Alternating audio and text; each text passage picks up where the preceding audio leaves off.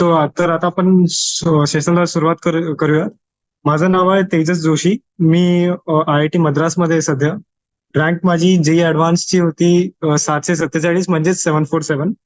सध्या मी इकडं इलेक्ट्रिकल इंजिनिअरिंग परस्यू करतोय IIT मद्रासमध्ये. मूलतः मी महाराष्ट्राच्या औरंगाबाद मधून आहे. तर आता मी classification of elements and periodicity in properties हा चॅप्टर शिकवण्याचा प्रयत्न करेल. तर आपण आता सेशनला सुरुवात करूया. पहिले आपण जी थेअरी आपली ती ब्रीफ मध्ये कव्हर करून घेऊ आणि मग वळूत आपण एक्सरसाइजेस करू. तर पिरियडिक क्लासिफिकेशन म्हणजे काय, तर ह्याला मराठीमध्ये आपण म्हणतो आवर्त सारणी. आवर्त सारणी म्हणजे आपण कुठलं पण म्हणजे आपण एक्झाम्पल घेतलं, कुठलं पण आपण उदाहरण घेतलं, तर खूपदा आपल्याला पिरियडिसिटी दिसते. पिरियडिसिटी म्हणजे तोचपणा आपल्याला त्यामध्ये आढळून येतो. म्हणजे समजा आपल्याला आता पिरियडिक टेबल, ज्याला आपण आवर्त सारणीचा कोष्टक असं म्हणतो, तो आपण घेतला तर त्याच्यामध्ये काय होतं, तो समजा आपण या शेपचा असतो, तो जवळपास इकडे खाली ते खालचे असतात. तर यामध्ये काय होतं की एका उभ्या स्तंभात जे एलिमेंट्स असतात त्यांचे जे प्रॉपर्टीज असतात, म्हणजे त्यांचे जे गुणधर्म असतात, प्रॉपर्टीज असतात, गुणधर्म असतात, ते सेम आढळून येतात. म्हणजे जसं आपण प्राण्यांचं वर्गीकरण करतो, म्हणजे आपण प्राण्यांचं वर्गीकरण करतो, म्हणजे प्राण्यांचं क्लासिफिकेशन करतो की हे झाले मोठेवाले, हे हार्बिवोरस आहेत, हे कार्निवोरस आहेत म्हणजे मांस खातात, हे शाकाहारी आहेत, असं आपण क्लासिफिकेशन करतो. हे आपण क्लासिफिकेशन म्हणजे वर्गीकरण का करतो, तर ते यासाठी करतो की आपल्याला त्यांच्या अभ्यासात एक सोपेपणा यावा, त्यामुळे करतो.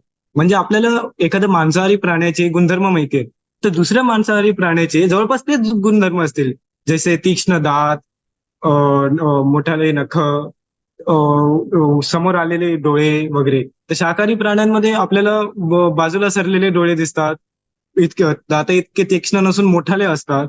तर असे काही वर्गीकरण करतो. म्हणजे एका प्राण्याचा आपण समजा अभ्यास केला तर दुसऱ्या प्राण्याचा अभ्यास आपल्याला सोपा जाईल. तसंच समजा इकडे एखादा एलिमेंट आहे. एलिमेंट म्हणजे आपला जो जसे हायड्रोजन झाला, लिथियम, बेरिलियम, बोरॉन वगैरे झाले. तर एखादा एलिमेंट म्हणजे समजा मी आता घेतला लिथियम.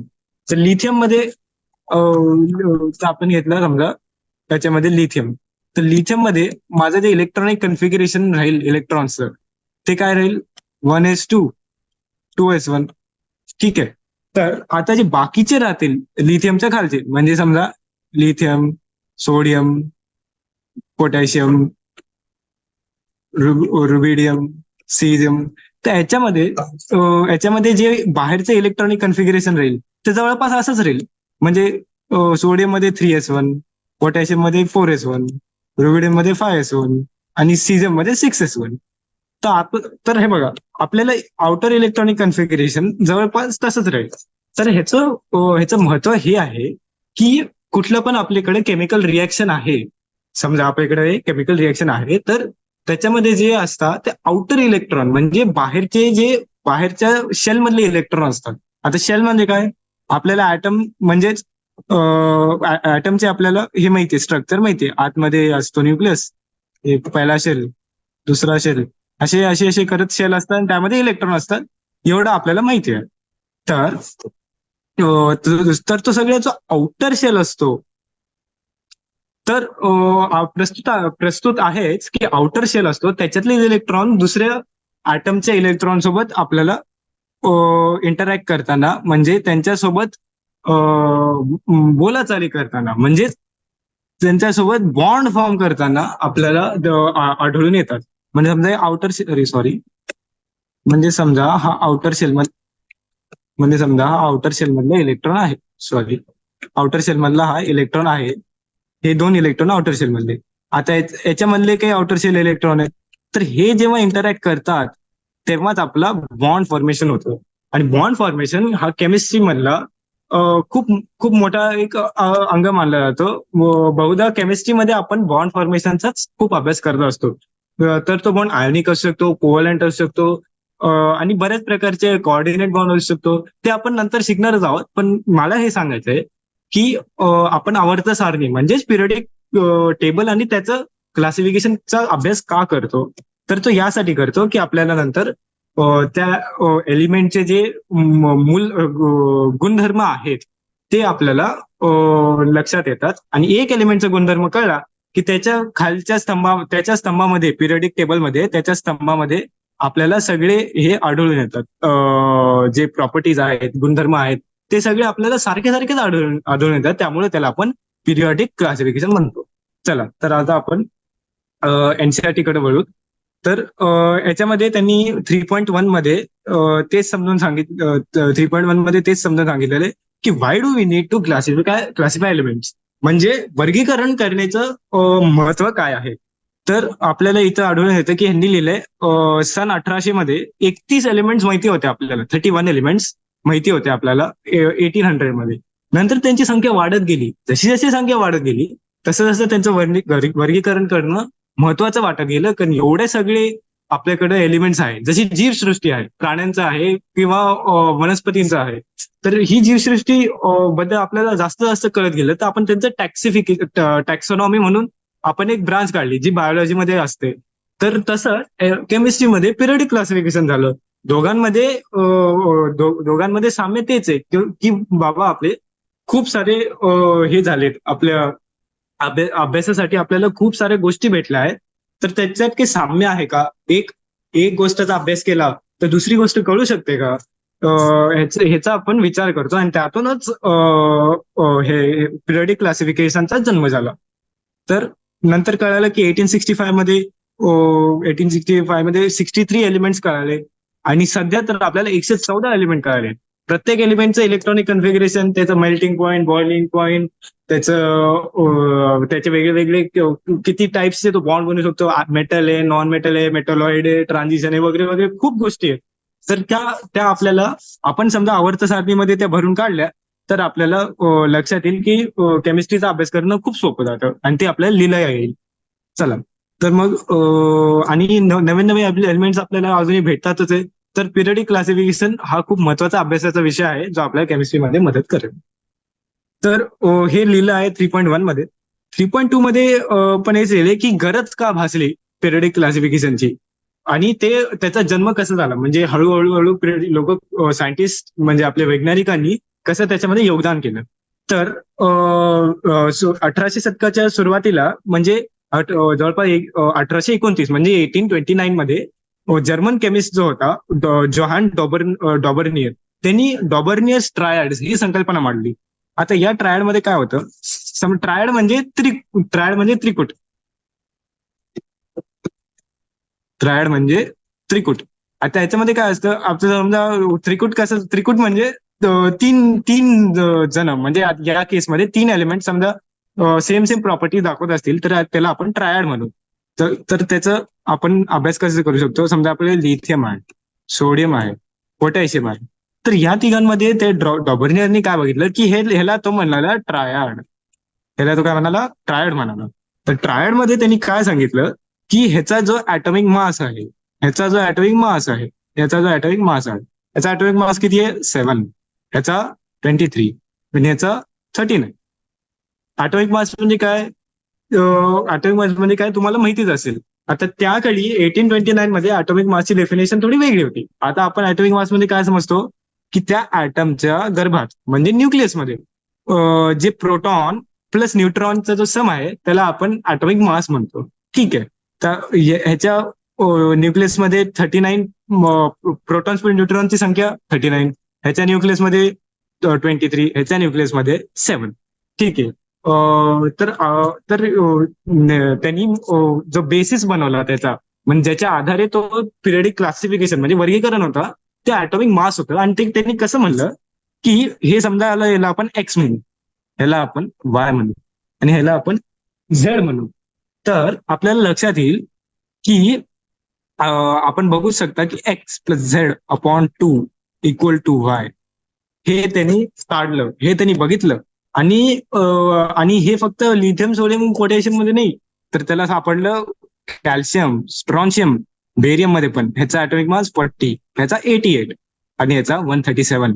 तर ह्याला अजून सापडलं, इतक्यातच तो थांबला नाही.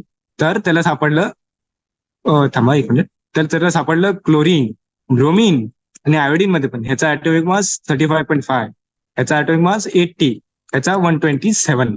तर ह्याला सापडलं की याच्यामध्ये जो मधल्या एलिमेंटचा ऍटॉमिक मास आहे तो या दोघांचा ऍव्हरेज आहे, या दोघांचा ऍव्हरेज येतो. तर ऍव्हरेज म्हणजे काय तुम्हाला माहितीच आहे, या दोघांचा ऍटॉमिक मास ऍड करा आणि त्याला दोन्ही भाग करा, म्हणजे दोन्ही डिवाइड करा. तर जवळपास तो तसा येतो, नेहमीच येईल असं नाहीये. तर आता या केसमध्ये किती येतो बघूत आपण, इक्वल्स 8.5 जवळपास. तर हे बघा, आपल्याला जवळपास 88.5, तो 88 आपल्याला भेटेल. माफ करा, माझी हँडरायटिंग थोडी घाण आहे, पण आय होप तुम्हाला तेवढं तरी समजतंय.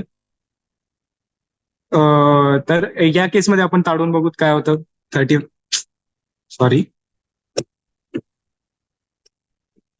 35.5 प्लस 127.2 equals 0.5. 7 plus 5, 12. 6, 1.2, 81.25. तर आपण बघू शकतो की जवळपास हे सारखं झालं. ठीक आहे. तर हे त्यांनी म्हणलं आणि त्यांनी डोबेर्ने ट्रायड ती संकल्पना मांडली. या संकल्पनेत तो काय म्हणतो की कुठले पण 3 एलिमेंट आहे, समजा आपण एबीसी म्हणू, कुठले पण 3 असे एलिमेंट नसतात बरं. हे बोरॉन आणि कार्बन नाही आहेत बरं, हे बोरॉन आणि कार्बन नाही आहेत. ठीक आहे ना. हा, तर आपण कुठले, ठीक आहे आपण बोरॉन हे नकोच गेलं, आपण एक्स वाय झेड घेऊ. ठीक आहे, एक्स वाय झेड की कोणतेही 3 एलिमेंट आहे, हा इट्रियम नाहीये. हा, लक्षात ठेव. तर एक्स वाय झेड आपण कुठलेही 3 एलिमेंट घेतले, तर त्यामध्ये आपल्या लक्षात येईल की डोबेर्नेने असे काही त्रिकुट म्हणजेच ट्रायड शोधून काढले की ह्याचा ऍटॉमिक मास प्लस की ह्याचा ऍटॉमिक मास प्लस ह्याचा ऍटॉमिक मास, ह्याचा आपण ऍडिशन करू समजा आणि डिवाइड बाय 2 करू, तर ह्याचा भेटेल, म्हणजे ह्या दोघांचा ऍटॉमिक मास ऍव्हरेज हा असेल. आणि एवढंच नाही, तर त्या त्रिकुटामध्ये ह्यांच्या ज्या प्रॉपर्टीज असतील, म्हणजे गुणधर्म जे असतील ते सारखेच आढळून येतात जवळपास. ठीक आहे ना. सॉरी, जे गुणधर्म आपल्याला आढळून येतील ते जवळपास सारखेच आढळून येतात. त्यामुळे ह्याचं महत्व आहे, ह्यांनी थोडंफार प्रमाणात का होईना आपल्याला थोडं क्लासिफिकेशन म्हणजे वर्गीकरण करून दिलं. तर ही होती, तर हा होता लॉ ऑफ, ह्याला म्हणतात लॉ ऑफ ट्रायड्स. ठीक आहे, ह्याला म्हणतात लॉ ऑफ ट्रायड्स. आणि नंतर पण हा इतकं फायदेशीर नव्हता, कारण असे खूप ट्रायड भेटणं काही शक्य नाहीये. ठीक आहे, पण जे पिरियडिक क्लासिफिकेशन होतं त्याच्या सुरुवात, त्याचा जन्म आता डॉबेर्नियर म्हणजे एनसीआरटीच्या नुसार जरी डॉबेर्नियरनी केला जन्म. नंतर आपल्याला फ्रेंच जिओलॉजिस्ट म्हणजे भूगर्भशास्त्री शास्त्रज्ञ ए बी डी चॅन कुर्टोई 1862 म्हणजे 1862 मध्ये त्यांनी लॉ ऑफ ट्रायड्स मांडला. सॉरी, त्यांनी काय केलं, त्यांनी लॉ ऑफ ट्रायड सॉरी, त्यांनी काय केलं, एक सिलेंड्रिकल हे घेतलं, एक असं सिलेंडर बनवलं. ठीक आहे, लॉ ऑफ ट्रायड्सचं झालं आता. सॉरी, लॉ ऑफ ट्रायड संपलं. तर इथं होतं ए बी डी चॅन कुर्टोईचं सुरू होतं. त्यांनी असा एक सिलेंडर म्हणजे स्पायरल म्हणजे वर्तुळांचं, म्हणजे आपण समुद्रामध्ये बघतो ना वर्पूल, असं असं बनत जातं, तसं त्यांनी बनवलं. आणि इकडं त्यांनी काय ठेवले, एलिमेंट्स ठेवले असे या काही काही जागांवर. असे इथं एक एलिमेंट ठेवला, इथं एक ठेवला, इथं एक ठेवला, असे असे एलिमेंट ठेवले. तर त्याला काय आढळलं की हा, तर त्याला काय आढळलं की आपण समजा इन्क्रीजिंग ऍटॉमिक मास मध्ये एलिमेंट ठेवले. इन्क्रीजिंग ऍटॉमिक मास म्हणजे ऍटॉमिक मास तर सांगितलाच, तर आपण अशी मास समजा असा इन्क्रीज होत गेलाय, असा असा असा असं असं. तर त्याला काय आढळलं, जे एका लाईनवर एलिमेंट येतात ना, खूप इंटरेस्टिंग आहे, एका लाईनवर जे एलिमेंट येतात ना, त्या सगळ्यांच्या प्रॉपर्टीज एकसारख्या असतात. तर हे आपल्या मॉडर्न पिरियडिक टेबल सारखंच झालं थोडंफार, की जे एका स्तंभामध्ये मी म्हणत होतो प्रॉपर्टीज एकसारख्या असतात, ते आपल्याला मॉडर्न पिरियडिक टेबल मध्ये जसं दिसतं तसं याचे ते आढळून आलं, एका स्तंभामध्ये प्रॉपर्टीज सेम असतात. तसं एका लाईन मध्ये, एका रेषेत ज्या प्रॉपर्टीज होत्या त्या सेम आढळून आल्या. त्यामुळे हे थोडं अजून जास्त आणि अजून प्रगत आपल्याला मॉडेल दिसतं. ऍटॉमिक पिरियडिक क्लासिफिकेशनचं मॉडेल आपल्याला हे जास्त प्रगत आणि मॉडर्न दिसतं. ठीक आहे. नंतर नंतर खूप मोठी झेप घेतली गेली. ती घेतली जॉन अलेक्झांडर न्यूलँड्सनी लॉ ऑफ ऑक्टेव्स. आता ऑक्टेव्ह म्हणजे काय? आपल्याला संगीतात माहितीये की सा रे ग म प ध नि सा, पुन्हा सा वरच येतो ना आपण, सा नंतर पुन्हा सा वरच येतो. तर या दोघांमध्ये सिमिलरिटी आहे. जरी त्यांच्या पिच म्हणजे गाण्याची जी फ्रिक्वेन्सी ती वेगळी वेगळी असली तरी आपण गाण्याची फ्रिक्वेन्सी आहे ती जरी वेगळी वेगळी असली तरी त्यांच्यामध्ये साम्यता आहे. आपण सातच म्हणतो, साच म्हणतोय ना आपण, दुसरं तर काही म्हणत नाहीये. तर असं त्यांनी ह्याला ऑक्टेव्ह म्हणलं. ठीक आहे. ऑक्टेव्ह म्हणजे तेच आपण जे संगीतात गातो त्याला आठ जे सूर असतात त्याला ऑक्टेव्ह म्हणतात. तर त्याला काय आढळलं आपण ऍटॉमिक मासच्या हिशोबाने. आता बघा अजूनही प्रत्येकामध्ये सायंटिस्ट जे आहेत ते ऍटॉमिक मासच बेसिस घेतात, ऍटॉमिक मास. कारण त्यावेळेस ऍटॉमिक मास आज बेसिस घेत आहेत. का बरं? कारण ऍटॉमिकचे जास्त प्रॉपर्टीज तेव्हा माहिती नव्हते. इलेक्ट्रॉन जो होता तो 1897 मध्ये आपल्याला सापडला. प्रोटॉन तर त्याच्यानंतर सापडला. ठीक आहे. लेटर म्हणजे नंतर सापडला. तर आपल्याला अणू म्हणजे ऍटमच्या गर्भात काय आहे, आतमध्ये काय आहे ते आपल्याला मुळीच माहित नव्हतं. त्यामुळं ह्या ज्या प्रॉपर्टीज आहेत, जे प्रॉपर्टी ऍटॉमिक मास होतं तो आपल्या माहिती होता. आता मी इकडे ऍटॉमिक मास शब्द वापरतोय, इकडं एनसीईआरटी मध्ये वेट वापरलाय, तर ऑलमोस्ट तो सेमच आहे. आधीच्या चॅप्टर्स मध्ये तुम्ही वाचलं असेल, पण आता इकडे आपण एकच घेऊन चालू, काही नुकसान नाही होणार एवढं. ठीक आहे. तर ऍटॉमिक मास जे आहे तो आपल्याला माहिती होता. त्यामुळे म्हणजे ऍटॉमिक मास म्हणजे ती डेफिनेशन नाही बरं जी मी सांगितली प्रोटॉन न्यूट्रॉन वाली, ती नाही. ठीक आहे. ही डेफिनेशन त्यांची वेगळी होती, फिजिकल केमिस्ट्रीवर आधारित होती. तर ही ऍटॉमिक मास आहे ते माहिती होतं, त्याच बेसिसवर सगळं चाललंय. आता आपण न्यूलँड्स लॉ ऑफ ऑक्टेव्ह बघू. डॉबेनियरचे ट्रायड झाले, डी चॅन कोर्टोइचे स्पायरल झाला. आता आपण न्यूलँड्स लॉ ऑफ ऑक्टेव्ह बघू. Newlands law of octave. आता याच्यामध्ये त्यांनी काय म्हणलं, याच्यामध्ये त्यांनी हे म्हणलं की 1869 1869 मध्ये, 1869 मध्ये तो काय म्हणाला की आपण तेव्हा जेवढे माहिती होते तेवढेच, बरोबर, तेव्हा जेवढे माहिती होते त्यांचीच गोष्ट करू आपण, की तेव्हा काय काय माहिती होते, थोडेफारच माहिती होते, नंतर वाढत गेले ते. तर तेव्हा जेवढे माहिती होते तेवढे एलिमेंट्स त्यांनी increasing order of atomic mass मध्ये लावले. तर 20 पर्यंत तर आपण सध्या इकडे 20 पर्यंत लावतो. तर आपल्याला काय दिसून येतं, तर आपल्याला काय दिसून येतं याच्यामध्ये की आपण समजा लिथियमला 1 मानलं, लिथियमला आपण 1 मानलं, तर बेरिलियम 2 होईल 3, 4, 5, 6, 7 आणि हा 8वा. तर बघितलं, पहिल्यानंतर जो 8वा राहील त्याच्यावर आपल्याला अभ्यास करायचा आहे. तर असं आढळून आलं की हा लिथियम आहे, हा सोडियम आहे.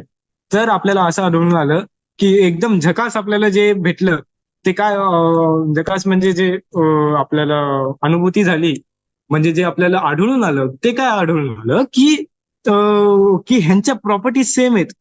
म्हणजे आपण याप्रमाणे वर्गीकरणाला खूप पुढे गेलोय, खूप मॉडर्न झाले, झेप घेतली वर्गीकरणामध्ये, की प्रत्येक 8वा एलिमेंट ऍटॉमिक मासच्या ऑर्डर मध्ये लावत गेलो. असे इन्क्रीजिंग ऍटॉमिक मास आहे बघा इकडे. आता असा हा ऍटॉमिक मास इन्क्रीज होत चाललाय, ऍटॉमिक मास जो आहे तो ऍटॉमिक मास इन्क्रीज होत चाललाय. तर असं आपण लावत गेलो तर आपल्याला सापडेल की प्रत्येक 8वा एलिमेंट जो आहे त्याच्या प्रॉपर्टीज पहिल्या एलिमेंट सोबत मॅच होतील. समजा आपण आता खोडलं, हे 1 2 3 खोडून टाकू. आता माझी डेफिनेशन बदलली, म्हणजे मी आता ह्याला 1 2 3 म्हणत नाही. ऍटॉमिक मास इन्क्रीज होत चाललाय ते विसरू नका बरं. आता आपण सोडियमला 1 म्हणू. ठीक आहे.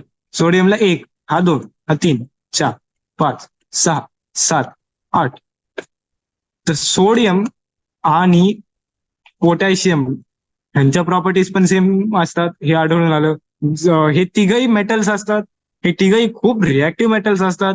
हे तिघांचे ह्यांचे पण प्रॉपर्टी जवळपास सेमच आहे. त्या सोडियम आणि पोटॅशियम दोघांनाही आपण एका चाकू घेऊन कापू शकतो.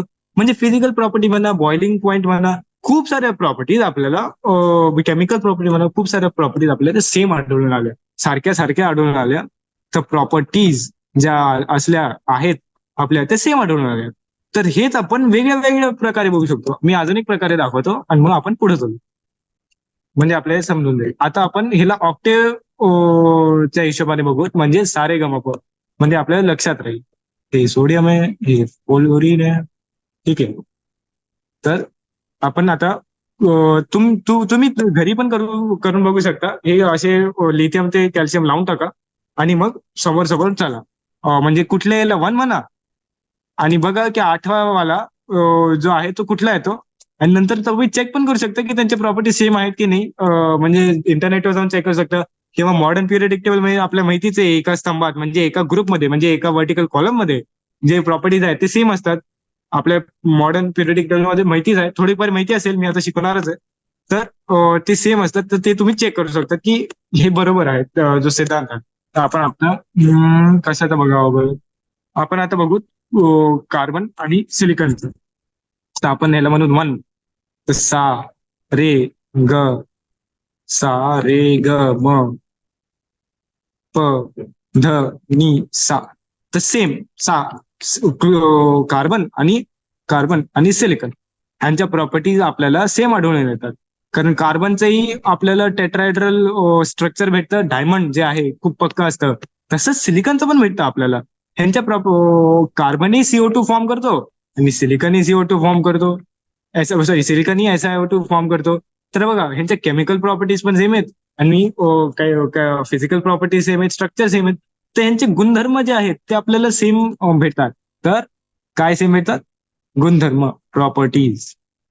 या चॅप्टर मध्ये आपण ह्या कुठल्या कुठल्या प्रॉपर्टीज असतात, वेगवेगळ्या नव्या नव्या प्रॉपर्टीज, न्यू प्रॉपर्टीज आपण शिकणार आहोत. ते या चॅप्टर मध्येच नंतर शिकणार आहोत. तर आपण आता पुढे वळूया. तर हे झालं ह्यांचं, हे झालं न्यूलँड ऑक्टेव्ह बद्दल. तसं लॉदरमेअरनी पण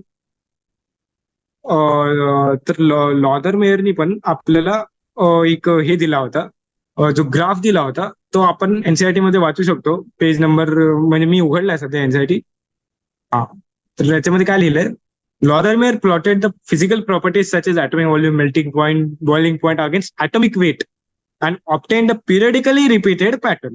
म्हणजे लॉदरमेअरनी फिजिकल प्रॉपर्टीज प्लॉट केल्या. फिजिकल प्रॉपर्टी म्हणजे जसं मेल्टिंग पॉइंट, बॉइलिंग पॉइंट, जे atomic व्हॉल्यूम जी एक टर्म येते, तशा प्रॉपर्टीज ज्या होत्या, फिजिकल प्रॉपर्टीज, त्या त्यांनी प्लॉट केल्या वर्सेस काय, atomic वेट. अजूनही atomic वेट वरच आपण लक्ष देतोय.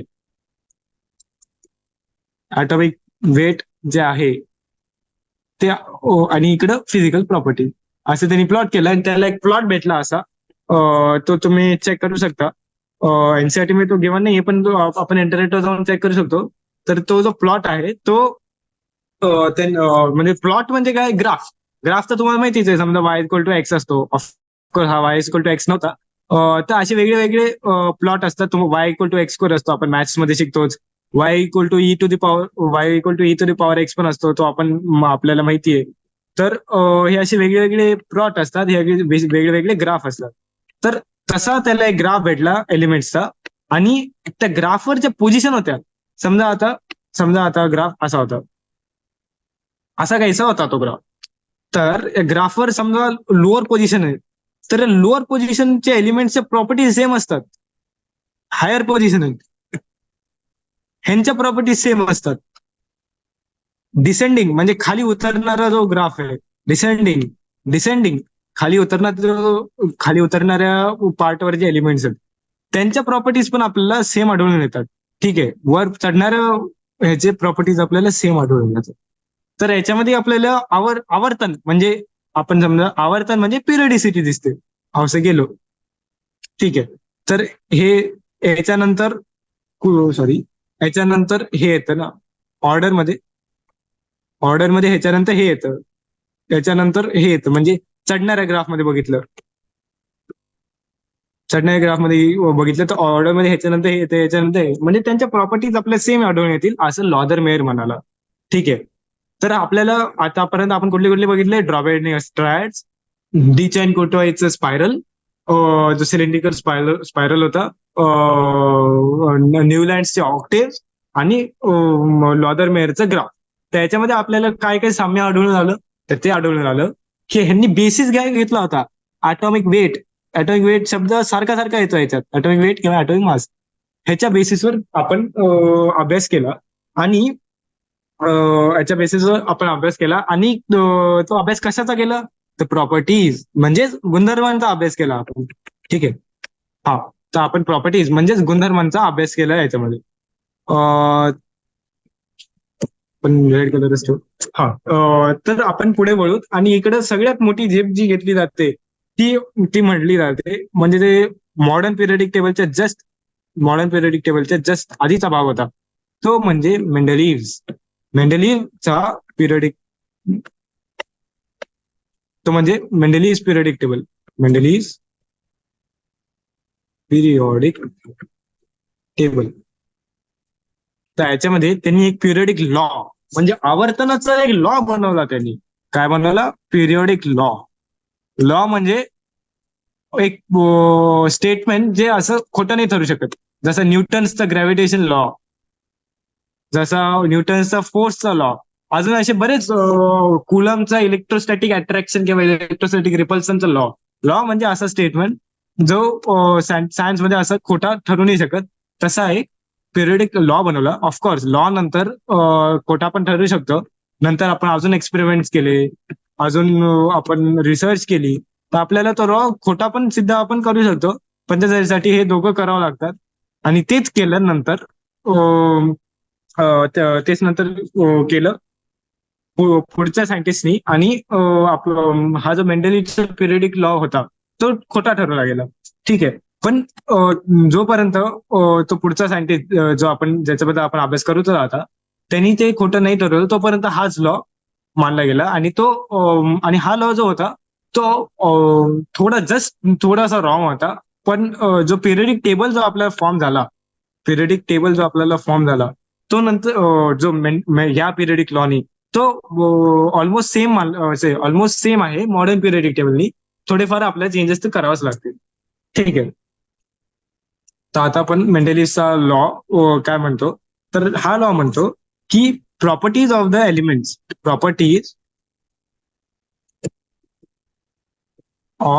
Elements are periodic function of their atomic weights. त्याच्यामध्ये काय आपल्याला आढळून येतं? प्रॉपर्टीज, ज्याच्याबद्दल आपण आतापर्यंत अभ्यास करत आलो हे तर माहितीये. त्याच्यामधले मेन टर्म्स जे आहेत एलिमेंट्स. ठीक आहे, एलिमेंट्स तर माहितीच असतात. हा, पिरियडिक फंक्शन आता ही नवीन टर्म आहे. ह्याचा अर्थ काय होतं की जे आवर्तन होतं ते आवर्तन होतं ते कशाच्या बेसिसवर होतं? तर ते ॲटॉमिक वेट्सच्या बेसिसवर होतं. ठीक आहे. तर आपण अजूनही आतापर्यंत जे मॉडेल्स बघितलेले आहेत, टॉबेने ट्रायर झालं, न्यूलँड्स ऑक्टेव्ह झालं, डिचाइन कोर्टोइसचं झालं, किंवा लॉदर मेयरचा ग्राफ झाला, ते जे आपण बघितलंय ते ॲटॉमिक वेट्सच्या हिशोबानेच झाले. ठीक आहे. पण आता मेंडेलिव्हनी काय म्हणलं? मेंडेलिव्हनी पुढे झेप घेतली आणि खूप मोठा एक पिरियडिक टेबल बनवला. ठीक आहे. आणि त्यामध्ये त्यांनी खूप सारे बोल्ड स्टेप्स पण घेतले, ज्यामुळे त्याचं महत्व अजूनच वाढलं. आणि त्यांनी ऍक्च्युअल मध्ये एलिमेंट्स प्रेडिक्ट केले, म्हणजे ज्यामुळे त्याचा पिरियडिक टेबल ऑलमोस्ट चुकीचा ठरत होता. तो म्हणाला हा चुकीचा ठरत नाहीये, तर चूक ही आहे की ते एलिमेंट्स अजून फाउंडच नाही झालेत, म्हणजे ते एलिमेंट अजून सापडलेच नाहीयेत, असं तो मेंडेलिव्हनी म्हणलं. आणि आपल्याला आपल्याला एक पिरियडिक टेबल दिला. ठीक आहे. आता आता याच्यामध्ये या पिरियडिक टेबलमध्ये आपण समजा आता एनसीईआरटी मध्ये बघितलं. एक मिनिट. तर आपण आता हा जो पिरियडिक टेबल आहे तो बघू. ते जरा इन्व्हर्टेड आहे. ठीक आहे, काही प्रॉब्लेम नाही. तर आपण तुम्ही तुमची नोटबुक तुमच्याकडे जी एनसीईआरटी आहे ती अशी आडवी करून बघू शकता. त्याच्यामध्ये आपल्याला काय भेटलं की त्यांनी जे एलिमेंट्स आहेत त्यांनी जे एलिमेंट्स आहेत ते increasing order of atomic mass मध्ये लावलेले आहेत. ठीक आहे, हा increasing order of atomic mass नाहीये, हे असं increasing order of atomic mass मध्ये लावलेत. हे नका बघू इथलं, हे असं नका बघू, कारण हा जो ग्रुप आहे म्हणजे हा जो व्हर्टिकल कॉलम आहे, व्हर्टिकल कॉलम मी पुढच्या वेळी ग्रुप म्हणेल म्हणजेच व्हर्टिकल कॉलम. हा जो व्हर्टिकल कॉलम आहे तो नंतर ऍड केला गेला, कारण मेंडेलिव्हनी जेव्हा पिरियडिक लॉ बनवला तेव्हा हे ऍबसेंट होतं, म्हणजे एलिमेंट्स भेटले नव्हते जे आहेत नोबल गॅसेस. एक मिनिट मी बघतो, मी आपल्याला सरळ करतो एक सेकंड. तर आपण हे बघितलं तर हे असे इन्क्रीज होतो ॲटॉमिक मास असं इन्क्रीज होतो. तर याच्यामध्ये त्यांनी काय म्हणलं, जे सेम ग्रुपमध्ये येतात हे बघा आता ॲटॉमिक मास इन्क्रीज होतोय, इन्क्रीज होतो, इन्क्रीज होतो, इन्क्रीज होतो. ठीक आहे, तर त्यांनी काय म्हणलं, जे सेम ग्रुप म्हणजेच व्हर्टिकल कॉलम मध्ये येतात त्यांच्या प्रॉपर्टीज पण सेम असतात. असं असं असं कोण म्हणाला, मेंडेली म्हणाला. आणि हे पिरियडिक टेबल बघता आपल्याला लक्षात येईल की मॉडर्न पिरियडिक टेबल सोबत खूप आपल्याला सेम सेम म्हणजे साम्याच्या गोष्टी आपल्याला भेटतील. त्या बघा, lithium sodium potassium sorry lithium sodium potassium rubidium caesium आपल्याला भेटले. नंतर कॉपर सिल्वर गोल्ड भेटलं. जो आपला मॉडर्न पिरियडिक टेबल तुम्ही उघडून बघितला तर त्याच्यामध्ये पण हे तिघं सेमच लाईन मध्ये असतात. नंतर beryllium magnesium calcium strontium barium zinc cadmium mercury, बेरियमच्या खाली रेडियम आहे का, झिंक कॅडमियम मर्करी. नंतर बोरॉन ॲल्युमिनियम, नंतर बोरॉन ॲल्युमिनियम गॅलियम इंडियम. ठीक आहे, आणि नंतर thallium. Boron aluminium gallium indium आणि थेलियम ह्यांच्या प्रॉपर्टी सेम असतात. स्कॅन्डियम युट्रेनियम लॅन्थनम युटर्बियम यांच्या प्रॉपर्टीज आपल्याला सेम आढळून येतात. Carbon silicon germanium, carbon silicon germanium tin आणि लेड. हे थोडं असं वाकडं आहे. तर त्या पिरियडिक टेबल मध्ये अशा काही त्रुटी ऑफकोर्स होत्या, म्हणजे त्रुटी म्हणजे शॉर्ट कमिंग म्हणजे जे त्याचा अभाव आहे म्हणजे दोष आहेत ते असे काही होतेच. पण आपण ते पण तरी आपल्याला आपण खूप मोठी झेप घेतली की आपल्याकडे आता एक तक्ता आहे. तक्ता म्हणजे कोष्टक म्हणजे टेबल आहे आपल्याकडं, की जो टेबल बघून आपण म्हणू शकतो अच्छा पोटॅशियमच्या प्रॉपर्टीज ह्या आहेत का, म्हणजे सोडियमच्या सिमिलर असतील सेम असतील, म्हणजे रुबिडियमच्या पण म्हणजे सिझियमच्या पण. आणि एकाची प्रॉपर्टी कळली की दुसऱ्याची प्रॉपर्टी आपल्याला आपोआप कळेल. म्हणजे आपलं वर्गीकरण जे होतं सॉरी म्हणजे जे आपलं क्लासिफिकेशन होतं ते खूप पुढे गेलं होतं. आता जे आपलं वर्गीकरण होतं ते खूप आता पुढे गेले. आपल्याकडे आता एक टेबल आहे पूर्णचं पूर्ण, ज्याच्यामध्ये प्रॉपर्टीज आपल्याला एकाची प्रॉपर्टी कळली की दुसऱ्याची प्रॉपर्टी आपोआप आपल्याला कळेल. तर असा हा आहे मेंडेलियस पिरियडिक टेबल. त्याच्या खुबी म्हणजे आपल्याला याच्या एक मिनिट. तर याच्या खुबी म्हणजे याच्या जे गुण आहेत, दोस्त आपण काही बघितले गुण जे आहेत ते ते काय आहे, तर तो काय म्हणाला आता, he ignored the order of atomic weights. आता ॲटॉमिक वेटच्या इन्क्रीजिंग ऑर्डर मध्ये lithium beryllium boron carbon atomic weight increase होतोय. तर काही काही जागी त्याला काय करावं लागलं की ॲटॉमिक वेट स्विच करावं लागले. म्हणजे जो समजा एक्स एलिमेंट आहे इकडं आणि इकडे झेड एलिमेंट आहे, तर ह्याचा ॲटॉमिक वेट समजा जास्त असेल, थांबा, म्हणजे आपल्याकडे एक्स एलिमेंट आहे आणि इकडे झेड एलिमेंट आहे, तर ह्याचा ॲटॉमिक वेट समजा आपण म्हणला, तर ह्याचा ॲटॉमिक वेट म्हणला आपण A1 आणि ह्याचा A2. ठीक आहे, तर A1 इज ग्रेटर दॅन म्हणजे A1 A2 पेक्षा मोठा आहे, तरी त्यांनी या ऑर्डर मध्ये लावले असे एक्स. समजा लिथियम आहे आणि बेरिलियम, ह्याचा ह्याचा जो ॲटॉमिक वेट आहे समजा आपण म्हणला B1 आणि ह्याचा B2 म्हणलं, तर B1 is less than B2 असायला पाहिजे. ॲटॉमिक वेट वाढत गेला पाहिजे ना असं, जसं जसं राईट कडे जाऊन. पण इकडं काय होतंय की ॲटॉमिक वेट ऍक्च्युली कमी झालाय. A2 is less than A1 म्हणजे ॲटॉमिक वेट इकडं कमी झालाय ॲटॉमिक वेट. तर असं काही काही जागी त्याला करावं लागलं. आणि ते का बरं, कारण त्याचं म्हणणं होतं की एका स्तंभामध्ये एका कॉलम मध्ये आणि किंवा एका ग्रुपमध्ये ज्या प्रॉपर्टीज आहेत ते आपल्याला सेम आढळून यायला पाहिजे, असा त्याचा कयास होता, असा त्याचा ध्यास होता. आणि असं त्याला वाटायचं की असं झालं तरच आपलं कोष्टक म्हणजे पिरियडिक टेबल बनवण्याचं म्हणजे जो असा आपला आवर्त सारणीचा तक्ता आहे तो बनवण्याचं काही साध्य होईल. आणि तसंच त्यांनी केलं. आणि काही काही जागी त्यांनी काय केलं जे आपण एनसीईआरटी मध्ये वाचू शकतो एक्झाम्पल्स, त्या जागी त्यांनी काय केलं की त्यांनी ॲटॉमिक वेट स्विच करून टाकले. स्विच स्विच म्हणजे अदलाबदल, म्हणजे स्वॅप.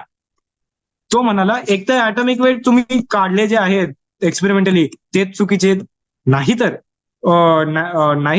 माझा माझा पिरियडिक लॉ आहे तो तुम्ही त्या त्या थोडक्या म्हणजे थोड्याशा एलिमेंटसाठी व्हायलेट करू शकता. व्हायलेट म्हणजे काय, तर तुम्ही पाळला नाही तो तरी आपल्याला चालेल, त्याचं उल्लंघन करू शकता तुम्ही, ठीक आहे. तो पिरियडिक लॉ तुम्ही व्हायलेट करू शकता. आणि त्यामध्ये आपल्याला आढळून येतं काही काही जागी त्यांनी पिरियडिक लॉ व्हायलेट केला, पण त्यांनी त्याचा जो प्रिन्सिपल होते त्याचे प्रिन्सिपल होता की एका स्तंभामध्ये, एका व्हर्टिकल कॉलम, एका ग्रुपमध्ये जे पिरियडिक प्रॉपर्टीज आहेत त्या सेम त्याला ठेवायच्या होत्या. आणि त्यांनी त्यासाठी थोड्या जागी पिरियडिक लॉ व्हायलेट केला, पण त्याचं पिरियडिक टेबल मग ऑलमोस्ट परफेक्ट झालं. पिरियडिक टेबल जे आहे ते परफेक्ट, एकदम परफेक्ट त्यांनी बनवलं. काही काही जागी त्याला काय भेटलं की की आपण असे लावत गेलो, ठीक आहे. आता मी इरेज करून टाकतो. काही काही जागी आपण समजा काही काही जागी आपण असे लावत गेलो तर आपल्याला हे पहिली फर्स्ट रो झाली, सेकंड रो झाली, ह्याला रो म्हणतात. रो हॉरिझॉन्टल म्हणजे रो, व्हर्टिकल म्हणजे कॉलम, ठीक आहे. हे लक्षात ठेवा, ठीक आहे. हा, तर आपण पहिली रो झाली, दुसरी रो झाली, तिसरी रो झाली, पण त्याला काही काही जागी आढळ अरेच्या इकडं काय झालं की हा जो एलिमेंट आहे आणि हा एलिमेंट ह्यांच्या प्रॉपर्टीजच मॅच नाही होतात. ह्याच्या खालचा एलिमेंट प्रॉपर्टीज मॅच होत असतील, पण ह्या एलिमेंटची आणि ह्या एलिमेंटची प्रॉपर्टीजच मॅच नाही होत आहे. तर त्यांनी काय म्हणलं की इकडे एक अशी जागा आहे, इकडं एक अशी तरी काहीतरी जागा आहे किंवा इकडं आहे, म्हणजे कुठेतरी काहीतरी मिसिंग आहे. तर तो काय म्हणाला, हे मिसिंग काही नसून एलिमेंट्सच मिसिंग आहेत. तर ते एलिमेंट्स अजून सापडलेच नाहीये. तरी बोलायला खूप मोठी गोष्ट होती, कारण एलिमेंट सापडणं खूप अवघड काम असतं. एलिमेंट सापडणं खूप अवघड काम असतं. पण तो म्हणाला हे एलिमेंट अजून सापडले नाहीये, पण माझा जो पिरियडिक टेबल आहे तो एकदम परफेक्ट आहे. तर हा बोल्ड मूव्ह मानला जातो आणि त्यामुळेच हा पिरियडिक टेबल खूप पॉप्युलर झाला. कारण नंतर कळलं की आपण इकडे एनसीईआरटी मध्ये वाचू शकतो की for example both gallium and germanium were unknown at the time Mendeleev made his periodic table. म्हणजे मेंडेलिव्हनी जेव्हा पिरियडिक टेबल पब्लिश केला, काढला आपला बाहेर, म्हणजे लोकांना दाखवला, तेव्हा सापडलं की गेलियम आणि जर्मेनियम, तेव्हा काय सापडलं की गेलियम, आजच्या जे गेलियम आणि जर्मेनियम आपल्याला माहिती आहे म्हणजे जीए आणि जीई जे आपल्याला माहिती आहे ते त्याकडे नव्हते, पण त्या जागी मी जे म्हणले असे गॅप होते, ते गॅप, हो भाई. तर त्या काही जे असे गॅप होते ते त्यांनी तो म्हणाले गॅप मध्ये नवीन एलिमेंट्स येतील. आणि अल्युमिनियमच्या खाली एक असा गॅप सापडला आणि सिलिकॉनचा पण खाली असा गॅप सापडला. तर सिलिकॉन, सॉरी,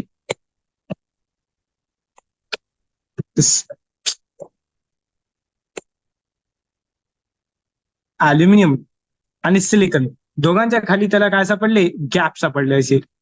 म्हणजे ह्यांच्या खाली कुठले दुसरेच एलिमेंट होते ते ज्यांच्या प्रॉपर्टीज अल्युमिनियम आणि सिलिकॉन सोबत मॅच नव्हत्या होत. मग तो काय म्हणला, गॅप मध्ये नवीन एलिमेंट्स येतील आणि ह्याचं नाव ठेवलं त्यांनी एक अल्युमिनियम आणि ह्याचं नाव त्यांनी ठेवलं एक सिलिकॉन. एक हा त्यांनी संस्कृत शब्द एक पासून घेतला, आपण मराठीत पण शब्द वापरतो एक म्हणजे वन. म्हणजे तो म्हणाला अल्युमिनियमच्या नंतर एक अल्युमिनियम येईल, अल्युमिनियमचं सिलिकॉन एक सिलिकॉन येईल, ठीक आहे. एक सिलिकॉन म्हणजे सिलिकॉन सारखा काहीतरी एलिमेंट येईल. तर हा जो एलिमेंट होता तो आजचा आपला गॅलियम आहे आणि हा जो एलिमेंट होता तो आजचा आपला जर्मेनियम आहे. तो मेंडेलिव्ह जेव्हा जिवंत होता बहुधा तेव्हा सापडला गेला. आपल्या हिस्ट्रीची काही घेणं देणे नाहीये, पण तरी इंटरेस्ट म्हणून आपण सांगू शकतो की मेंडेलिव्ह जेव्हा होता तेव्हा कमीत कमी त्यांनी एक तरी एलिमेंट बघितला होता जो त्यांनी प्रेडिक्ट केला होता आणि त्याच्या प्रॉपर्टीज पण त्यांनी प्रेडिक्ट केल्या. सगळ्यात मोठी गोष्ट म्हणजे एक अल्युमिनियम जो प्रेडिक्टेड होता त्याचा ॲटॉमिक वेट 68, तर गेलियम होता एक एलिमेंट, मी इकडे लिहून ठेवतो ते तुम्ही लक्षात ठेवा एक्झाम मध्ये, म्हणजे एस्पेशली आपल्या जेई मेन्स मध्ये येऊ शकतो. एक aluminium is equal to gallium, एक सिलिकॉन इज इक्वल टू, हे इज इक्वल टू नंबर साठी असतं, ती म्हणजे कॉन्ग्रुएंट नाही, म्हणजे एकसारखे नंबर्स व्यतिरिक्त कुठल्या एकसारख्या गोष्टी असल्या तर त्याला आपण हे सिंबल वापरतो, ठीक आहे. या छोट्या छोट्या गोष्टी माहिती असायला पाहिजे, मॅथ्स मध्ये काम येतील. तर एक अल्युमिनियम म्हणजे गेलियम आणि एक सिलिकॉन म्हणजे जर्मेनियम. ठीक आहे. तर एक अल्युमिनियम गेलियम, एक सिलिकॉन म्हणजे जर्मेनियम. हे डोक्यात पक्क ठेवा, मेन्स मध्ये कधीही येऊ शकतं.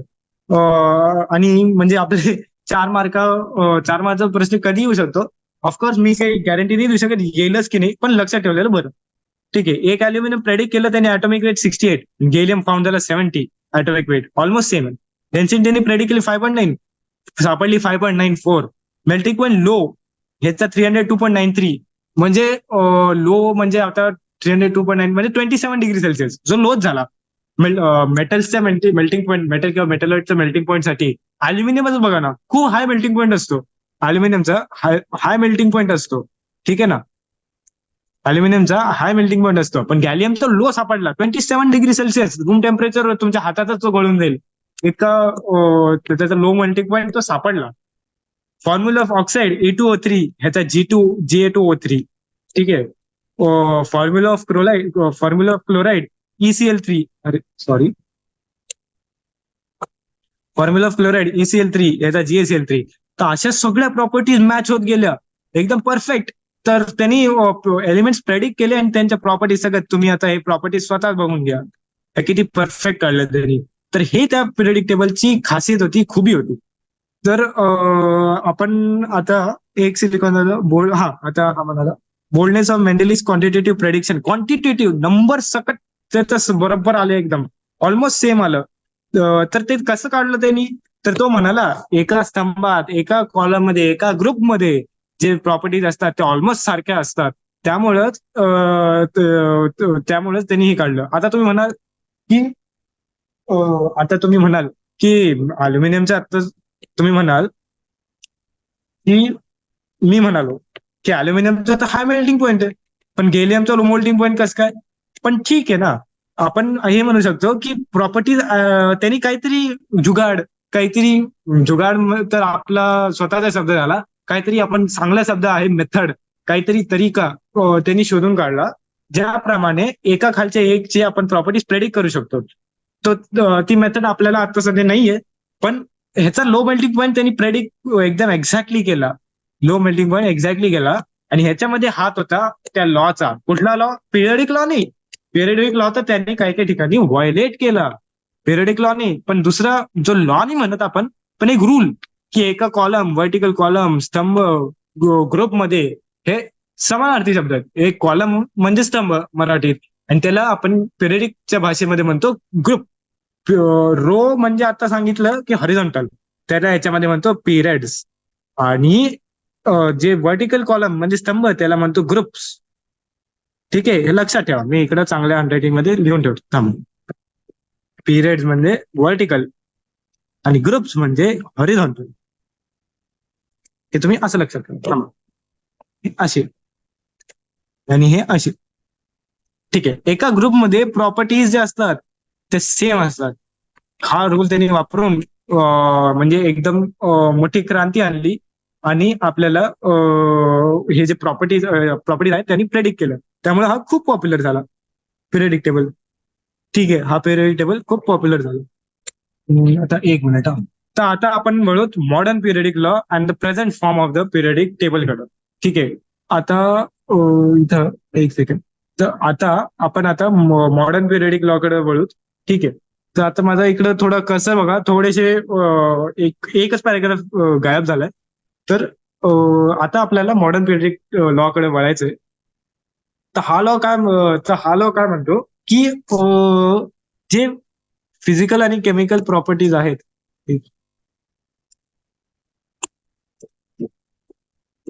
जे फिजिकल आणि केमिकल प्रॉपर्टीज आहेत of the elements are periodic functions of that atomic numbers. याचा अर्थ काय होतो की जे ॲटॉमिक नंबर्स आहेत ते आपण वाढवत गेलो, ॲटॉमिक नंबर्स आपण वाढवत गेलो, तर आपल्याला एका स्तंभात, एका कॉलम मध्ये जे आवर्तन होईल, आपल्याला पिरियडिसिटी सापडेल. तर हा लॉ तर आपण आधीचा लॉ बघितला, त्या लॉ वरून हा लॉ आपल्याला सहजरित्या कळेल की पिरियडिक फंक्शन म्हणजे आवर्तनाचं फंक्शन. म्हणजे आवर्तन जे होते ते कशाच्या बेसिसवर होते, तर ते कुठल्या बेसिसवर होते? ॲटॉमिक नंबर्सच्या बेसिसवर. आणि कुठल्या प्रॉपर्टीज? फिजिकल आणि केमिकल दोन्ही प्रॉपर्टीज. ठीक आहे. तर आपण हे टर्म तर बघितलंच आहे, हे पण टर्म बघितलंय. नवीन टर्म काय ऍड झाली? कुठल्या बेसिसवर? बेसिसच बदलला. आणि हे हा आपला खूप सक्सेसफुल पिरियडिक टेबल होता, तो होता मॉडर्न पिरियडिक टेबल, जो ऍटॉमिक नंबरच्या बेसिसवर बनवला गेला. ठीक आहे. तर हा पिरियडिक टेबल काय म्हणतो की atomic number is a more fundamental form of fundamental property of the atom. Hence the physical and chemical properties of the elements are periodic function of the atomic number. म्हणजेच atomic number जे अणुच्या अंतरंगात जो अणुचा nucleus असतो त्याच्यात number of protons जे असतात त्याला आपण ऍटॉमिक नंबर म्हणतो. केमिकल रिएक्शन मध्ये इलेक्ट्रॉन्सची देवाणघेवाण किंवा इलेक्ट्रॉन्सचं शेअरिंग होऊ शकतं. म्हणजे आयोनिक बॉन्ड असला ते इलेक्ट्रॉन डायरेक्ट ट्रान्सफर, म्हणजे डायरेक्ट देणं घेणं होतं. हा तुझा इलेक्ट्रॉन आणि हा माझा इलेक्ट्रॉन. आपला आपला आता फक्त इलेक्ट्रोस्टॅटिक अट्रॅक्शन किंवा रिपल्शनचा संबंध आहे. इलेक्ट्रॉन मी तुला देऊन टाकला आणि आता माझ्याकडे एक इलेक्ट्रॉन कमी झाला. आणि कोव्हॅलेंट बॉन्ड म्हणजे इलेक्ट्रॉन आपल्या दोघांचा आहे, तो माझाही आहे आणि तुझाही आहे. हा एक ऍटमचा न्यूक्लियस, हा दुसऱ्या ऍटमचा न्यूक्लियस, हा इलेक्ट्रॉन दोघांचे चक्कर मारत राहील. एरवी तो फक्त एका ऍटमचे चक्कर मारत होता, आता दोघांचे चक्कर मारत राहील. हा इलेक्ट्रॉन दोघांचा आहे. तर हे तर तो काय इलेक्ट्रॉनची देवाणघेवाण होऊ शकते, शेअरिंग होऊ शकते, आपापसात आपण इलेक्ट्रॉन देव घेऊ शकतो. पण पण प्रोटॉन जे असतात ते अणूच्या गर्भात म्हणजे न्यूक्लियस मध्ये पक्के एकदम बांधलेले असतात. त्यांना काढणं खूप मुश्किल असतं, खूप अवघड असतं. तर ते ते कधी चेंज नाही होत. आणि ती एक फंडामेंटल म्हणजे मूलभूत म्हणजे एकदम आपण जे म्हणतो कुठला पण आपण ह्युमनचं घेतलं तर त्याचा एक मूलभूत स्वभाव असतो. तो शांत असू शकतो, चिडका असू शकतो. तर असे जे स्वभाव आहेत ते प्रॉपर्टीज आहेत त्याच्या, तो आपण त्याला इंग्लिशमध्ये ऍटिट्यूड म्हणतो. तर तो त्या ऍटमचा जो ऍटिट्यूड आहे, त्या ऍटमचा जो मूलभूत स्वभाव आहे, तो प्रोटॉन्स डिसाईड करतात. आता तो कसा, ते कसं काढलं, आता तो कोणी शोधून काढला, तर तो शोधून काढला सायंटिस्ट हेनरी मोजलेनी. हेनरी मोजले. सायंटिस्टचे नाव पण लक्षात ठेवा, कधी कधी मेन्स मध्ये क्वेश्चन येऊ शकतो. 4 मार्काचा प्रश्न असतो मेन्स मध्ये, ते येऊ शकतो कुठल्या सायंटिस्टने काय काय सापडलं. तर हेनरी मोजले या सायंटिस्टनी शोधून काढलं की, आता थोडं आपण एक्सरेज कडे वळू, थोडासा एक ब्रीफ देऊन टाकतो. म्हणजे हे नंतर तुम्हाला फिजिक्स, मॉडर्न फिजिक्स मध्ये येईलच, पण आता ब्रीफ दिला तर तिकडं तुम्ही लिंक लावू शकता आणि तुम्ही चांगलं शिकू शकता. तर काय होत असतं की आपण काय केलं, इलेक्ट्रॉन आहे आपल्याकडे, इकडं इकडं कुठला एलिमेंट आहे प्लस न्यूक्लियस त्याचा. आपल्याला आता थोड्या वेळात बाकी आहे, पण मी तेवढ्यात एक्सरे संपवून हे करून टाकतो. हे वाला खूप बाकी आहे तसं, पण पुढच्या क्लासमध्ये पण करू शकतो, तसं नाही. ठीक आहे, ठीक आहे. तर आपण आता बोलू. हा, तर इलेक्ट्रॉन आपल्या बाहेर आहे बरं, याच्यातले इलेक्ट्रॉन नाही, याच्यातले इलेक्ट्रॉन तर वेगळेच आहेत. याच्यातले इलेक्ट्रॉन तर वेगळेच आहेत, ते असे गोल गोल गोल गोल गोल गोल गोल गोल चक्कर मारतात. पण हा इलेक्ट्रॉन आहे तो आपण काय केला, आपण मुद्दा म्हणून बाहेरून असं फेकला ऍटमकडे. ठीक आहे. तर काय होतं, तो असा ऍटम मधून असा जातो, असं असं असं असं असं असं असं जातो आणि बाहेर पडतो. आणि इलेक्ट्रॉनची एनर्जी जी आहे ती कमी कमी होत जाते. आणि इकडं जेव्हा इलेक्ट्रॉन येऊन ठेपतो, म्हणजे इलेक्ट्रॉन जेव्हा आपल्याला भेटतो, तेव्हा ह्याची एनर्जी E2 म्हणून, ह्याची एनर्जी E1 म्हणून, सॉरी आपण उलट म्हणायला पाहिजे ऍक्च्युअल मध्ये. हे थोडं मॉडर्न फिजिक्सचा पार्ट आहे, पण आपण समजू शकतो इकडं. सॉरी, याची एनर्जी E1 आणि याची E2 म्हणून. तर आपल्याला सापडेल की इलेक्ट्रॉनची एनर्जी कमी झालेली आहे थोडी. ती कुठल्या का कारणामुळे कमी होईना ते तुम्ही एक्सरेज मध्ये शिकतालच. पण E1 is greater than E2, थोडी एनर्जी अशी जाण्या येण्यामध्ये त्याची कमी झाली आहे. सॉरी सॉरी सॉरी, थोडी एनर्जी, हा आयटम समजून घ्या तुम्ही. तर थोडी एनर्जी जाण्या येण्यामध्ये कमी झाली आहे त्याची. हा आयटम आहे असा, आयटम असा नसतो तो, थोडा स्पिरिकल आपण काढायला पाहिजे, पण ठीक आहे. हा, तर एनर्जी जाण्यामध्ये येण्यामध्ये कमी झाली. तर आता काय होतं, तो कधी कधी आतल्या इलेक्ट्रॉनला पण धक्का मारू शकतो. मी इकडे नवीन डायग्राम बनवतो. तो इलेक्ट्रॉन कधी आतल्या इलेक्ट्रॉन म्हणजे ऍटमच्या आतल्या इलेक्ट्रॉनला पण धक्का मारू शकतो. आणि त्या धक्क्यामुळं आतला इलेक्ट्रॉन बाहेर जाऊ शकतो. ठीक आहे. असं असं होऊ शकतं की इकडे आतमध्ये एक इलेक्ट्रॉन आहे आणि ह्यानी येऊन ह्याला धक्का मारला. ठीक आहे. हा तर इलेक्ट्रॉन बाहेर पडलाच, लालवाला. हा इलेक्ट्रॉन तर बाहेर पडला लालवाला. आणि हा जो मल्टी कलर वाला इलेक्ट्रॉन आहे तोही बिचारा बाहेर निघून गेला. तर आपल्याला असं आढळलं की हे दोन्ही इलेक्ट्रॉन बाहेर निघाले आणि ऍटम मधला एक तिसराच इलेक्ट्रॉन आहे जो वरच्या ऑर्बिटमध्ये, ऑर्बिट तर तुम्हाला माहिती असायलाच पाहिजे आतापर्यंत, आणि नाही माहित तर म्हणजे ठीक आहे. ऑर्बिट म्हणजे ज्या पाथमध्ये इलेक्ट्रॉन फिरतात, सोपं, जसे आपण रस्त्यांमधून फिरतो, इलेक्ट्रॉन ऑर्बिट मधून गोल गोल गोल गोल चक्कर मारत राहतात अणूच्या न्यूक्लियसच्या भोवती. तर वरच्या ऑर्बिट मधला इलेक्ट्रॉन खालच्या ऑर्बिटमध्ये येऊन जातो. हे असं नेहमी नेहमी नाही होत, कधी कधीच होतं. आणि त्यामुळं आता हा, आणि त्यामुळं काही एनर्जी रिलीज होते, एनर्जी रिलीज होते. आणि ती रिलीज झालेली एनर्जीचं कसं होतं की तिची काही फ्रिक्वेन्सी असते. तर ॲटॉमिक याच्यामध्ये ॲटॉमिक वाल्या चॅप्टरमध्ये तुम्ही वाचलं असेल, E is equal to H nu. तर हे जे न्यू आहे ह्याचाच त्यांनी संबंध लावला. कशाशी? तर ॲटॉमिक नंबर झेडशी. मोजलेने हाच न्यूचा संबंध, याला म्हणतात न्यू. न्यू म्हणजे नवीन वाला न्यू नाही बरं, न्यू असं आहे, ग्रीक लेटर न्यू. तर हा जो न्यू आहे म्हणजेच फ्रिक्वेन्सी आहे. तर ही जी फ्रिक्वेन्सी आहे त्याचा संबंध त्यांनी ॲटॉमिक नंबर म्हणजेच झेड, झेडचं ॲटॉमिक नंबरचा सिंबल काय? झेड. ॲटॉमिक मासचा ए, फ्रिक्वेन्सीचा न्यू, एच प्लँक्स कॉन्स्टंट. तुम्ही ॲटॉमिक वाल्या चॅप्टर मध्ये वाचलं असेल, नसेल वाचलं तर मी, तो एक कॉन्स्टंट असतो, कधी चेंज नाही होत. प्लँक्स कॉन्स्टंटची व्हॅल्यू या चॅप्टर मध्ये गरज नाही, मी लिहून ठेवतो, 6.64 × 10⁻⁻34. जे कुठले एसआय युनिट असेल ते लावून घे. ठीक आहे. डायमेन्शनल अनालिसिस तर येतच असेल, ठीक आहे ना.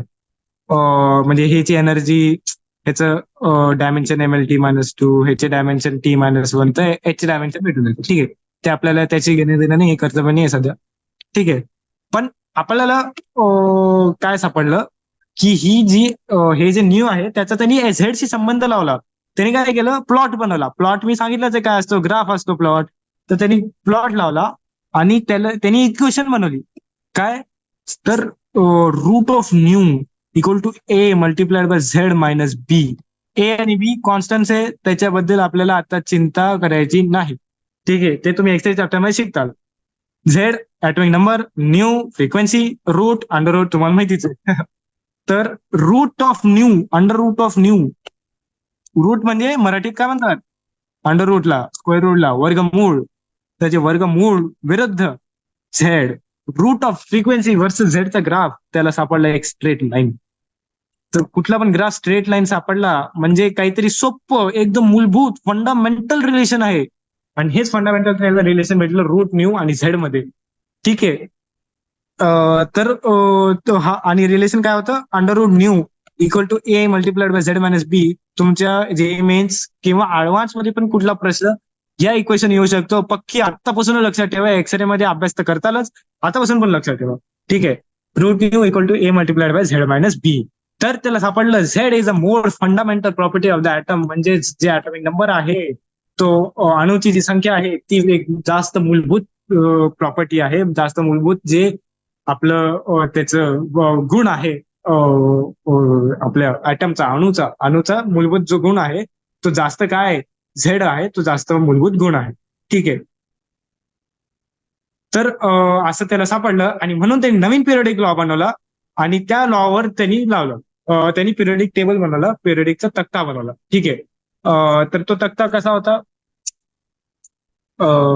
एक मिनिट. हा, तर तो तक्ता त्यांनी कसा बनवला? अशी एलिमेंट लावले, इन्क्रीज होत गेला ॲटॉमिक नंबर. आणि मेंडेलिव्ह सारखं एका स्तंभात, कॉलम मध्ये वर्टिकल, एका स्तंभात वर्टिकल कॉलम किंवा ग्रुप मध्ये ज्या प्रॉपर्टीज असतात त्या सेम असतात. जो प्रॉपर्टीजचं पिरियडिसिटी होते, प्रॉपर्टीजचं आवर्तन होतं, प्रॉपर्टीज रिपीट होत राहतात. तर हे त्यांनी सापडलं. आणि याच्यामध्ये त्याला म्हणजे मेंडेलिव्हच्या याच्यामध्ये त्रुटी होत्या, जे दोष होते, काय होते? कधी कधी त्याला स्विच करावं लागलं, कधी त्याला गॅप सापडले, कधी आणि तो पिरियडिक टेबल इतका छान आणि ऑर्गनाइज पण दिसत नव्हता. आपण बघितलं हा पिरियडिक टेबल बघा कसा असतो. हा पिरियडिक खूप ऑर्गनाइज असतो आणि त्याचा अभ्यास चांगल्या रीतीने करता येतो. हे बघा, हा पिरियडिक टेबल कसा आडवा, आपली एनसीईआरटी आडवी करून बघा तर आपल्याला दिसेल हा पिरियडिक टेबल कसा असतो? ऑर्गनाइज असतो, एकदम सुबक, आपण त्याला म्हणतो मराठीत ऑर्गनाइज असतो. तो एकदम ऑर्गनाइज असतो. हे बघा, याच्यानंतर हे, याच्यानंतर हे, याच्यानंतर हे, याच्यानंतर एकदम एकदम अस्खलितपणे आपण म्हणू शकतो की गॅलियमची प्रॉपर्टी मिळाली, पूर्ण ग्रुपची प्रॉपर्टी भेटते. हे ग्रुपने मग नका घेऊ ना, हे वेगळे आहेत थोडे, याच्याबद्दल आपण नंतर अभ्यास करू. ह्याची प्रॉपर्टी मिळाली एखाद्याची तर सगळा ग्रुप आपण कव्हर करतो, एखाद्याची मिळाली सगळा ग्रुप आपण कव्हर करतो. तर आपण 1 मिनिट, आपल्याला वाटतं आता इथं थांबावं लागेल कारण आपलं वेळ झालेली आहे बहुतेक. ठीक आहे, आपण आता पुन्हा येऊत. हा, तर आपला हा असा सुबक आणि छान पिरियडिक टेबल आपल्याला आपण बनवला. तर याच्यामध्ये या पीडीएफ मध्ये हा पेज थोडा खाली आलाय, सॉरी त्याबद्दल. पण तर सॉरी त्याबद्दल, पण आपण या एनसीईआरटी मध्ये तुम्ही तुमच्या वाचू शकता.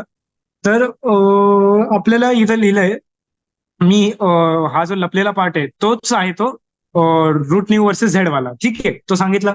आता याच्यानंतर हे बघा, पिरियडिक लॉ रिव्हिल्ड इम्पॉर्टंट अनालॉजीज वगैरे वगैरे, हे तुम्ही वाचू शकता आणि समजू पण शकता, सोप्या भाषेत दिलेलं आहे.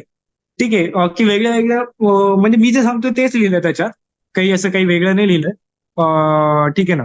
तर ते वेगळं काही नाही लिहिलंय की अनालॉजीज म्हणजे एक एक एलिमेंट भेटला तर दुसऱ्या एलिमेंटचं भेटूनच जाईल. अनालॉजी म्हणजे एक गोष्ट कळली की दुसऱ्या गोष्टीला आपण ते अप्लाय करू शकतो, त्याला म्हणतात अनालॉजी.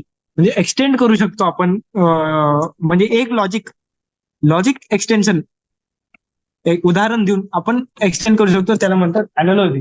ठीक आहे ना. तर आपण वेगळ्या वेगळ्या मला अनालॉजी भेटल्या पिरियडिक टेबलमध्ये, आणि ते खूप छान भेटलं, आणि ऍक्च्युअल मध्ये खूप सुंदरता आहे यामध्ये.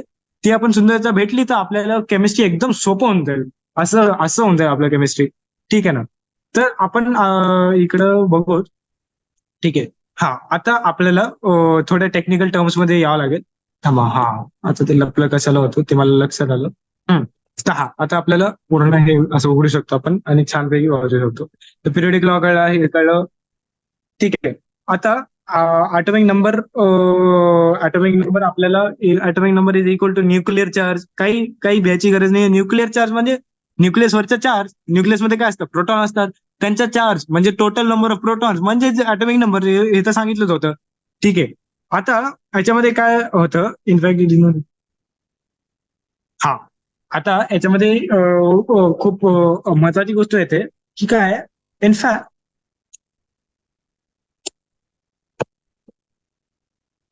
it is now recognized that the periodic law is essentially the consequence of the periodic variation in electronic configuration, which indeed determines the physical and chemical properties of elements and their compounds. म्हणजे काही भ्यायचं कारण नाही.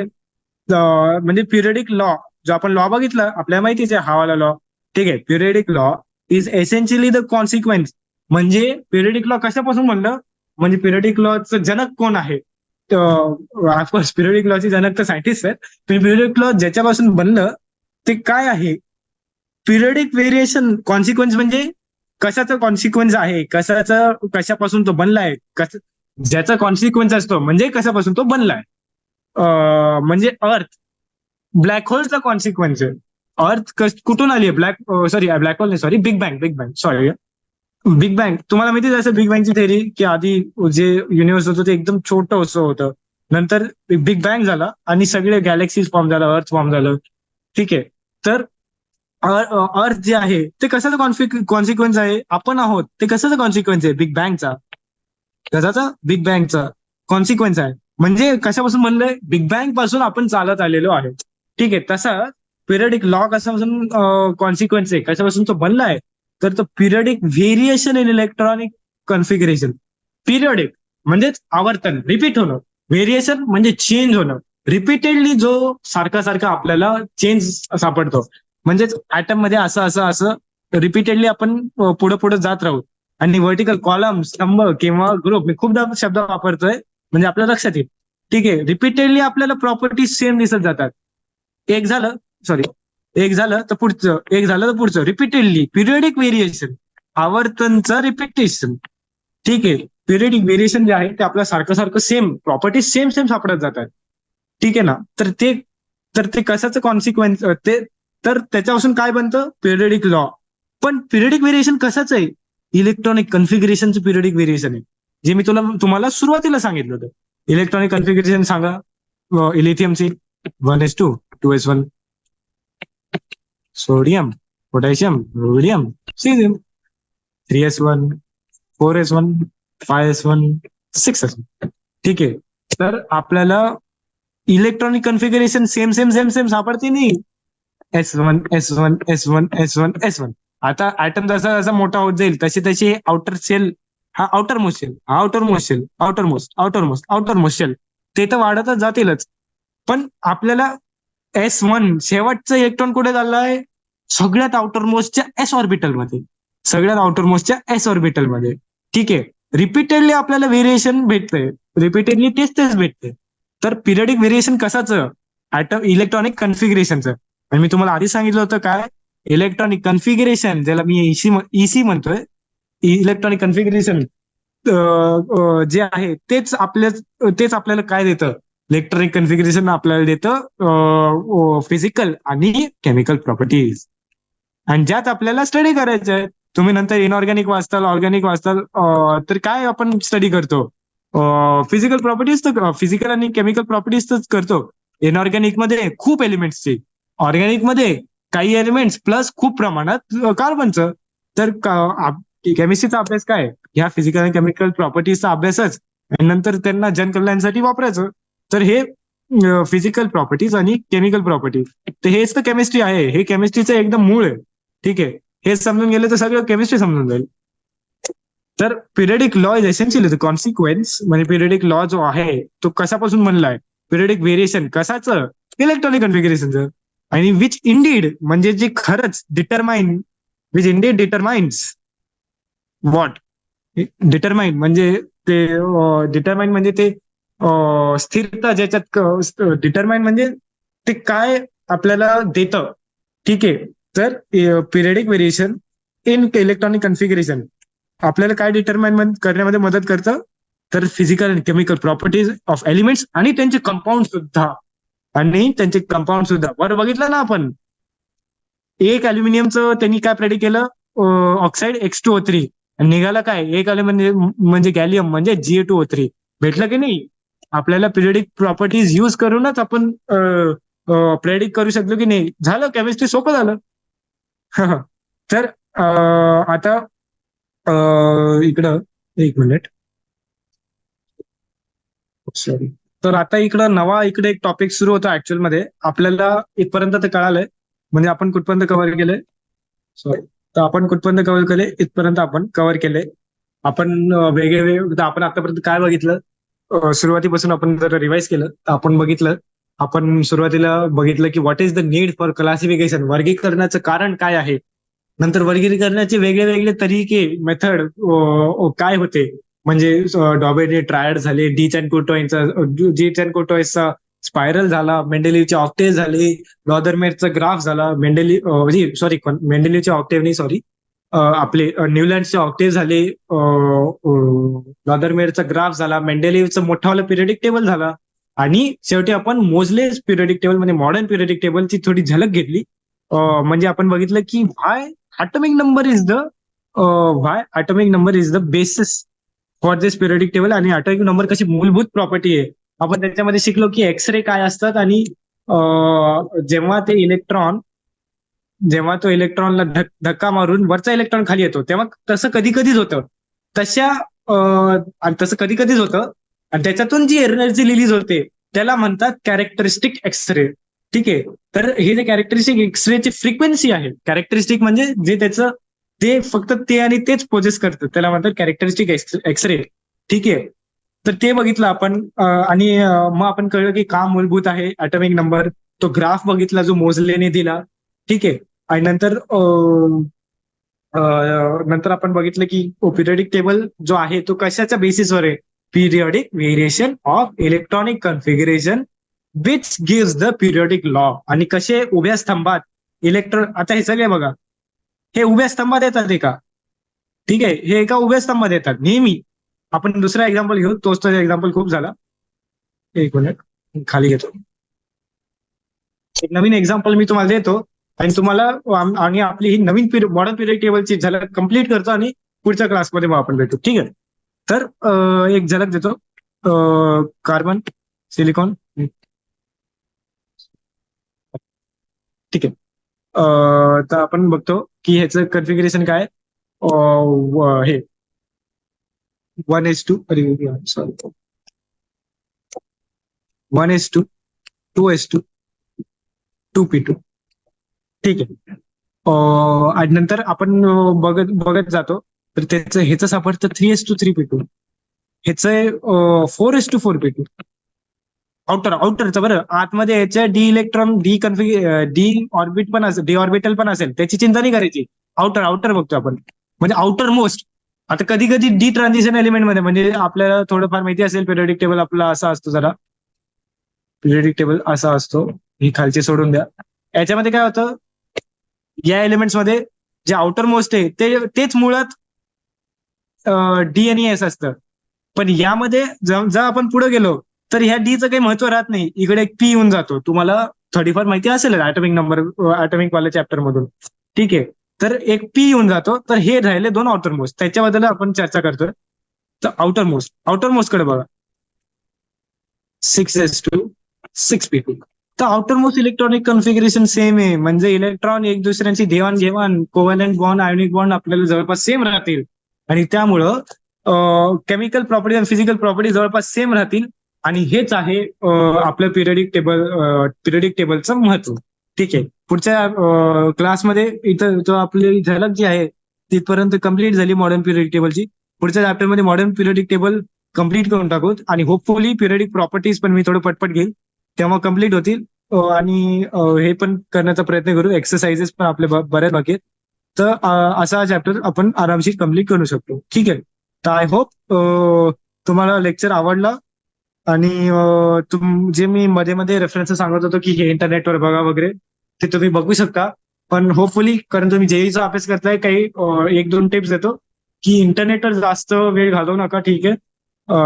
कारण U C इंटरनेटवर म्हणजे फक्त एक term साठी तुम्ही जाऊन फक्त सर्फिंग नका करू. तर तुम्ही लेक्चर अटेंड करू शकता, सोल्युशन बघू शकता, पण सर्फिंग नका करू. ठीक आहे. तर आता हा लेक्चर इथं संपतोय, हा वाला सेशन. तर बाय बाय, आणि थँक्यू ऐकल्याबद्दल.